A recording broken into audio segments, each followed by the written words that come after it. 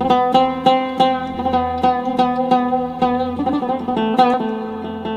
geldin sen, 11 ayın sultany. Muhammed ümmeti halamat bolsun.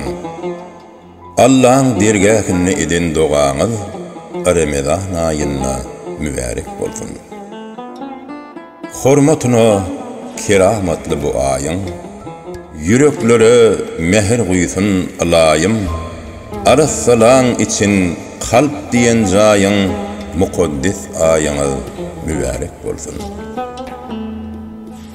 Ya yaradan kabul eyle doğalım, bir-birige hormat, iman togabım, günahlerden bilint bolsun sogabın, Ramazan ayınız mübarek bolsun.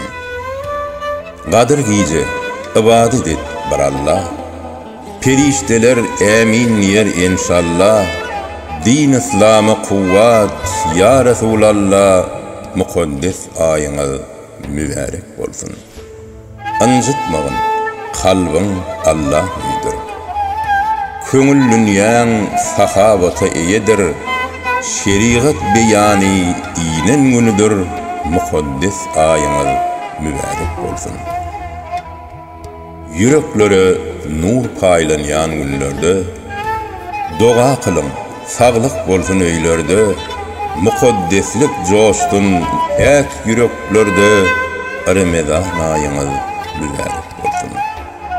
Egzilmesin, bereketler saçaklar, boş bolmasın sallanşaklar, bucaklar, yanıp dursun halal Türkmen ocaklar, mukaddes ayınız mübarek bolsun. Bagtın yolun gördük agdy birlikde, mehrin öwüşgünü var ýyl yürekde, namaz oradalan ak selalikde, Ramazan ayına mübarek bolsun.